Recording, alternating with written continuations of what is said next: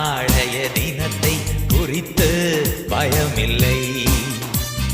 நாதன் இயேசு எல்லாம் பார்த்து கொள்வார், எல்லாம் பார்த்து கொள்வார்.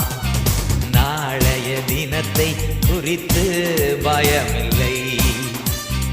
நாதன் இயேசு எல்லாம் பார்த்து கொள்வார், எல்லாம் பார்த்து கொள்வார்.